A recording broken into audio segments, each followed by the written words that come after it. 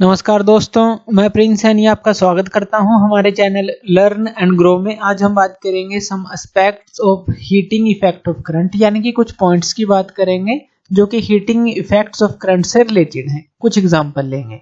तो सबसे पहले हम ले लेते हैं कि example the wire supplying current to an electric lamp. अब इलेक्ट्रिक लैंप का एग्जांपल ले रहे हैं कि घरों के अंदर जो इलेक्ट्रिक लैंप होते हैं, जो बल्ब जिनको हम बोलते हैं, तो उनके साथ जो वायर जुड़ी होती हैं, तो जो वायर सप्लाई करते हैं करंट इलेक्ट्रिक लैंप को, वो ज्यादा हीट नहीं होती, या कहें कि प्रैक्टिकली हम कहें कि वो हीट नहीं होती। एज कंपैरिजन, कंपेयर कर रहे हैं इसको, इसलिए हमने बोला कि ये हीट नहीं होती। एज कंपैरिजन अगर हम उसका करें जो फिलामेंट है लैंप का, उसके कंपैरिजन में, तो वो नेग्लिजिबल हीट उनके अंदर प्रोड्यूस होती है जो वायर होती हैं। ये ऐसा क्यों होता है? अब देखिए, जो वायर्स हैं हमारी, अब हम मान लेते हैं हमारे पास एक जो है न्यूट्रल वायर है और एक जो है हमारी जिसमें से करंट फ्लो कर रहा है। तो ये दोनों वायर जो है हमारे एक बल्ब से कनेक्टेड हैं। अब यहाँ पर जब ये बल्ब के साथ कनेक्ट होंगी, अब यहाँ पर जब सप्लाई होगा करंट, तो हमें बल्ब जो है उसके अंदर ग्लो दिखेगा। अब ये होता क्यों है? क्योंकि बल्ब के अंदर फिलामेंट लगा होता है। फिलामेंट, ये फिलामेंट होता है, ये जो है ये फिलामेंट है। और इसका जो रेजिस्टेंस होता है, इस फिलामेंट का रेजिस्टेंस काफी ज्यादा होता है, हाई होता है। अब जहां पर रेजिस्टेंस ज्यादा होगा तो वहां पर टेम्परेचर भी ज्यादा होगा, टेम्परेचर भी हाई होगा। टेम्परेचर हाई होगा तो यहाँ पर ये रेड हॉट हो जाएगा। तो आपको जो है यहाँ पर एकदम से ये दिखेगा कि एक जो रोशनी यहाँ से निकलती दिखती है, इसीलिए। लेकिन अगर हम वायर से कंपैरिजन करें, ऐसा नहीं होता, क्योंकि जो वायर का रेजिस्टेंस होता है वो काफी लो होता है as comparison to filament of the bulb, इसीलिए ये हीट कम होती हैं। तो इसलिए ये कहा गया है, एक एग्जांपल लिया गया है कि जो फिलामेंट है, जो लैंप का फिलामेंट है, उसके अंदर जो है इसकी जो रेजिस्टेंस ज्यादा होती है, इसलिए यहाँ पर हीट भी ज्यादा प्रोड्यूस होती है। क्यों? क्योंकि H का फॉर्मूला है क्या हमारे पास, I² इंटू RT। अब रेजिस्टेंस के बिल्कुल ये डायरेक्टली प्रोपोर्शनल है जो हीट प्रोड्यूस होगी। तो रेजिस्टेंस ज्यादा होगा तो हीट भी ज्यादा प्रोड्यूस होगी, रेजिस्टेंस कम होगा तो हीट भी कम प्रोड्यूस होगी। और यहाँ पर जो फिलामेंट है, इसका जो मेल्टिंग पॉइंट है वो भी हमें ज्यादा रखना पड़ता है, क्योंकि ऐसा ना हो, यानी कि सुटेबल रखना पड़ता है, ऐसा ना हो कि यहाँ पर ये हीट हो और ये मेल्ट हो जाए। तो उस हिसाब से फिलामेंट को भी चूज किया जाता है। तो पहला एग्जाम्पल तो हम ये ले लेते हैं जो वायर और लैंप का है। चलिए सेकंड एग्जाम्पल की बात करते हैं, इलेक्ट्रिक आयरन, इलेक्ट्रिक हीटर और हीटिंग रॉड। अब ये जो घरों के अंदर आपने चीजें देखी होंगी, इलेक्ट्रिक आयरन यानी कि जो प्रेस है, हीटर है, हीटर के अंदर आपने देखा होगा कि इस तरह की जो वायर होती है कोयल्स की फॉर्म में होती हैं, और ये रोड होती है जिससे पानी गर्म किया जाता है।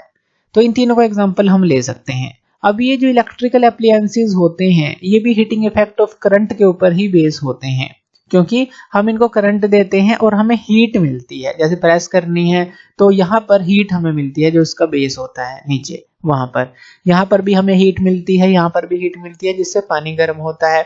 और इस तरह से हम इनका यूज करते हैं घरों के अंदर। जो भी हमारी अगर सुटेबल एप्लीकेशन देखें, इन तीनों की अलग अलग हैं, तो अलग अलग तरह से इनका यूज किया जाता है। क्यों? क्योंकि ये हीट पैदा करते हैं, और हीट पैदा क्यों करते हैं? करंट के कारण से करते हैं। अब इनके अंदर होता क्या है ऐसा कि जहां से हीट पैदा होती है, तो इनके अंदर एलिमेंट होता है, इसको हम बोलते हैं एलिमेंट।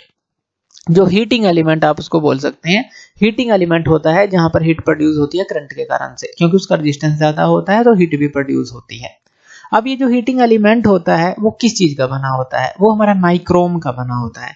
नाइक्रोम जो कि एक एलॉय होता है निकिल और क्रोमियम का, तो उसका बना होता है। जो एलॉय की बात कर रहे हैं, नाइक्रोम, इसका ही जो वायर है इनके अंदर या फिलामेंट जो है वो ही यूज क्यों किया जाता है? क्योंकि जो नाइक्रोम वायर है इसका हाई मेल्टिंग पॉइंट होता है, क्योंकि हाई हीट पैदा होगी तो हाई मेल्टिंग पॉइंट होना जरूरी है। ऐसा ना हो कि वो पिघल जाए हाई हीट के कारण।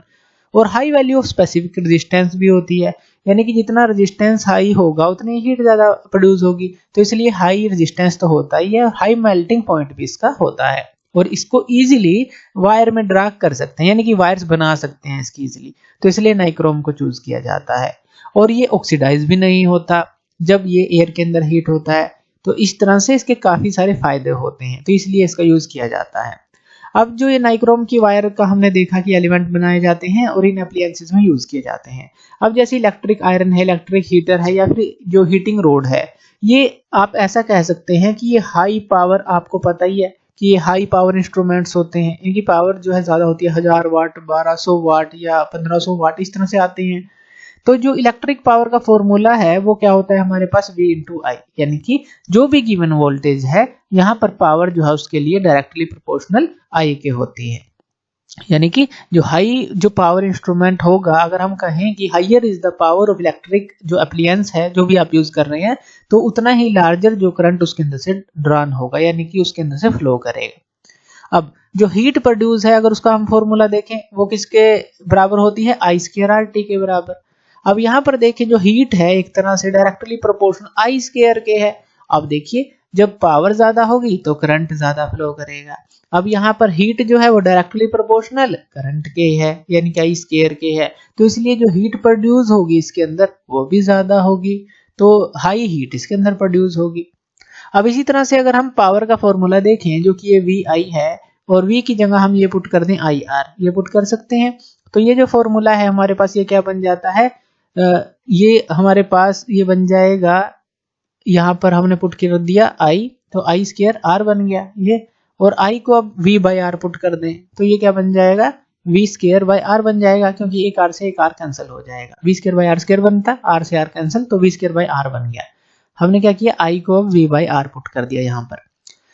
तो इस तरह से V स्क्वायर बाई आर एक पावर का फॉर्मूला हमारे पास ये भी आ जाता है, P है हमारा, यानी कि यहाँ पर हमने V की जगह आई आर पुट किया था, आई स्क्वायर आर आ गया, तो P ही है ये पावर। तो एक फॉर्मूला ये बन जाता है, एक फॉर्मूला ये बन जाता है, कुछ भी ले लीजिए। अब यहाँ पर देखिए जो V स्क्वायर बाई आर है और ये P है, यहाँ से देखें तो ये इनवर्सली प्रोपोर्शनल रेजिस्टेंस की आ जाती है। अब यहाँ पर एक आपके पास मान लीजिए हाई इलेक्ट्रिक पावर इंस्ट्रूमेंट है, एक हमारे पास लो इलेक्ट्रिक पावर इंस्ट्रूमेंट है। अगर उनका कंपैरिजन हम इस इक्वेशन से करें, इसका मतलब क्या है, जो रेजिस्टेंस है हाई इलेक्ट्रिक पावर इंस्ट्रूमेंट का वो स्मॉलर होगा देन द जो लो इलेक्ट्रिक पावर इंस्ट्रूमेंट होगा। तो ये आप कह सकते हैं, यानी कि जो पावर वाला जो इंस्ट्रूमेंट ज्यादा है तो रेजिस्टेंस कम, अगर कंपैरिजन करें, और कम जो पावर वाला इंस्ट्रूमेंट है हमारे पास उसका रेजिस्टेंस ज्यादा। तो इससे ये भी प्रूव हो जाता है, यहाँ पर ये भी रिलेशन एक निकल जाता है।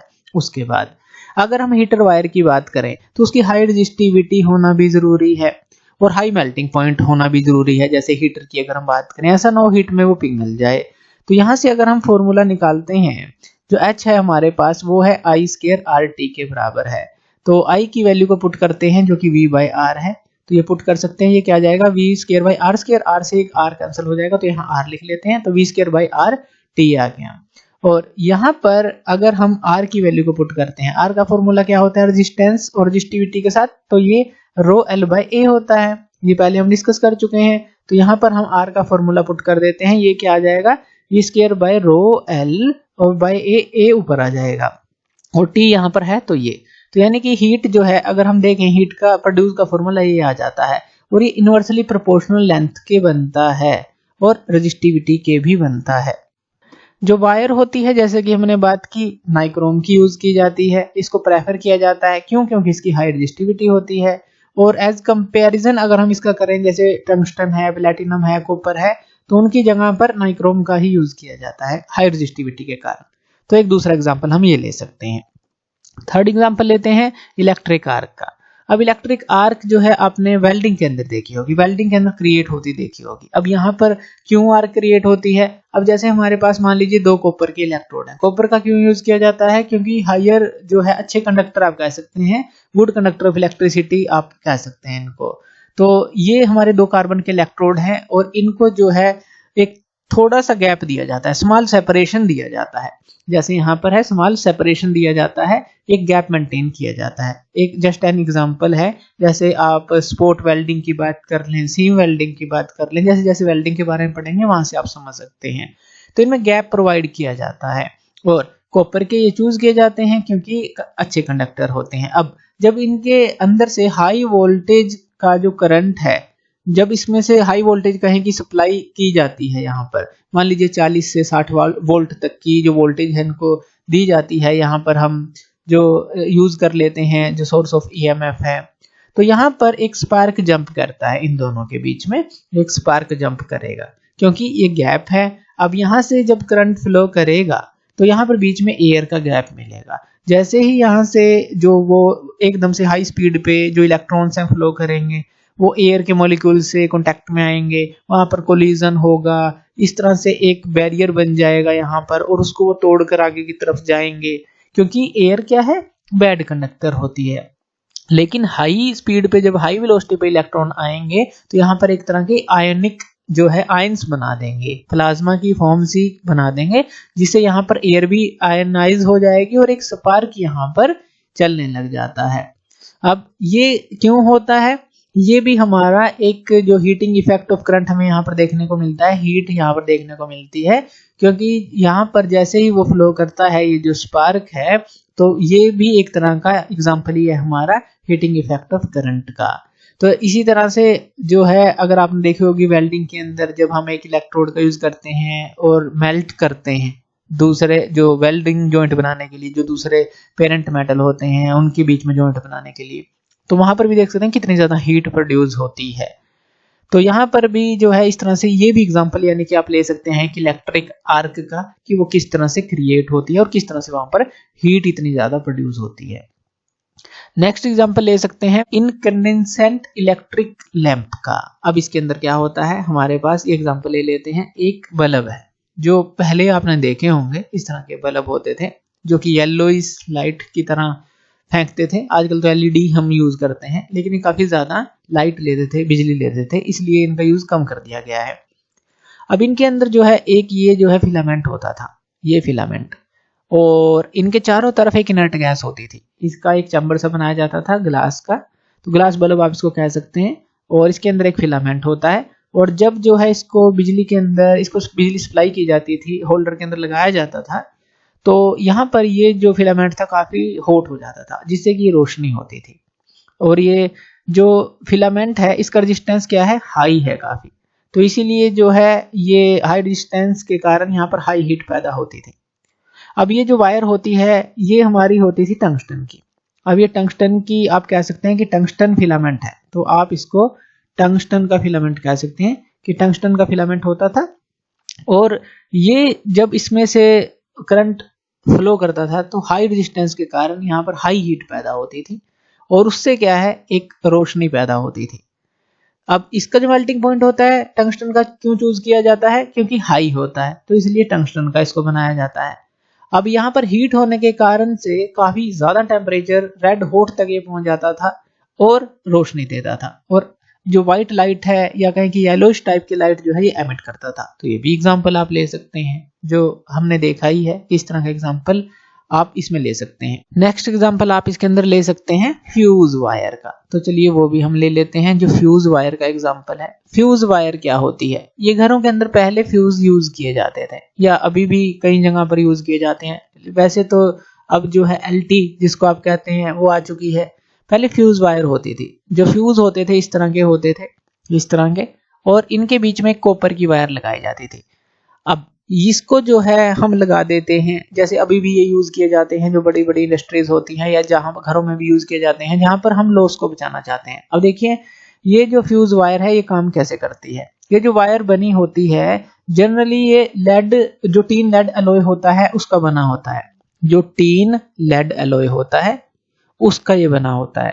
अब इसके अंदर जो टीन होती है लगभग 63% होती थी, और जो लेड होती है वो 37% ये होती है, और ये हाई रेजिस्टिविटी की होती है। लेकिन इसका मेल्टिंग पॉइंट लो होता है। जो मेल्टिंग पॉइंट है, ध्यान दीजिएगा, हमने कहा जो मेल्टिंग पॉइंट है वो तो लो है, लेकिन जो रेजिस्टिविटी है, रेजिस्टिविटी ये हाई होती है। मेल्टिंग पॉइंट लो और रेजिस्टिविटी हाई। और इसको जो है एक जहां पर भी आप इसको लगाएंगे, जैसे घरों के अंदर अगर यूज कर रहे हैं, इंडस्ट्री में यूज कर रहे हैं, तो अलग अलग रेटिंग के हिसाब से इस वायर को जो है चूज किया जाता है। अब इसको जो है आप लगाते हैं, सर जो हमारे घरों का अगर हम एग्जांपल लें तो आप इसको लगाते हैं सीरीज के अंदर, इसको लगाया जाता है जो भी घरों के अंदर बिजली जा रही है। अब अगर ज्यादा करंट आ जाए तो ये क्या करता है, फ्यूज वायर जो है यहां से एकदम से मेल्ट होकर ब्रेक हो जाती है। ब्रेक हो जाती है, सर्किट कट आउट हो जाता है, और जो भी आपके घरों के या इंडस्ट्री के इलेक्ट्रिकल इंस्टॉलेशंस हैं, एप्लियंसेस हैं महंगे, तो वो जो है सड़ने से बच जाते हैं, क्योंकि स्ट्रॉन्ग करंट आता है कई बार, तो यहाँ से फ्यूज वायर पहले ब्रेक हो जाती है, तो उस हिसाब से इसको चूज करके लगाया जाता है। और ये जो है जो कॉस्टली अप्लायंसेस है उनको खराब होने से बचा लेती है। तो फ्यूज वायर भी आप एग्जांपल ले सकते हैं जो हीटिंग इफेक्ट ऑफ करंट के अंदर कि ये फ्यूज वायर इस तरह से यूज की जाती है। उसके बाद अगर हम बात करें एफिशिएंसी ऑफ इलेक्ट्रिक डिवाइस क्या होती है, तो वो भी हम डिस्कस कर लेते हैं। इसको हम एफिशिएंसी को किस तरह से डिनोट करते हैं। तो एफिशिएंसी जो होती है, सिंपल इसका फॉर्मूला होता है, कहीं पर भी अगर आप बात करते हैं तो यहाँ पर हम बात कर रहे हैं output power by input power, यानी कि आउटपुट ऊपर होता है, इनपुट नीचे होता है हमेशा, क्योंकि जब भी आप इनपुट देते हैं उतने आउटपुट मिलती ही नहीं, पूरी 100% तो कोई भी चीज कन्वर्ट नहीं होती, कुछ लॉस हो जाते हैं, हीट में हो गए या किसी चीज में हो गए। तो इसलिए एफिशिएंसी जो होती है आउटपुट बाय इनपुट होती है। तो यहाँ पावर की बात करें तो output power divide by input power होती है। अब जैसे आप इलेक्ट्रिक मोटर की बात कर लें, तो इलेक्ट्रिक मोटर के अंदर आप क्या करेंगे, इनपुट, वहां पर इनपुट इलेक्ट्रिक पावर करेंगे और मोटर में आपको मिलेगा क्या, आउटपुट मैकेनिकल पावर मिलेगा। तो इस तरह से इलेक्ट्रिक मोटर के लिए आप इस फॉर्मूले को कन्वर्ट कर सकते हैं। तो ये होती है हमारी एफिशिएंसी ऑफ इलेक्ट्रिक जो भी आप डिवाइस लेते हैं, यानी कि output power divide by input power. बस इनपुट पावर जो चीज आप ले रहे हैं उसके हिसाब से आपको मैनेज करना है। जैसे इलेक्ट्रिक मोटर हमने ली तो यहाँ इलेक्ट्रिक पावर ऊपर मैकेनिकल पावर आ जाएगा, आउटपुट मैकेनिकल पावर, तो ये चीज बस मैनेज करनी है, फॉर्मूला ये रहता है। तो इस तरह से कुछ पॉइंट्स थे जो हीटिंग इफेक्ट ऑफ करंट को दर्शाते थे। तो थैंक यू वीडियो देखने के लिए, और इसी तरह की वीडियोस के लिए आप हमारे चैनल लर्न एंड ग्रो पे हमें सब्सक्राइब कर सकते हैं। धन्यवाद।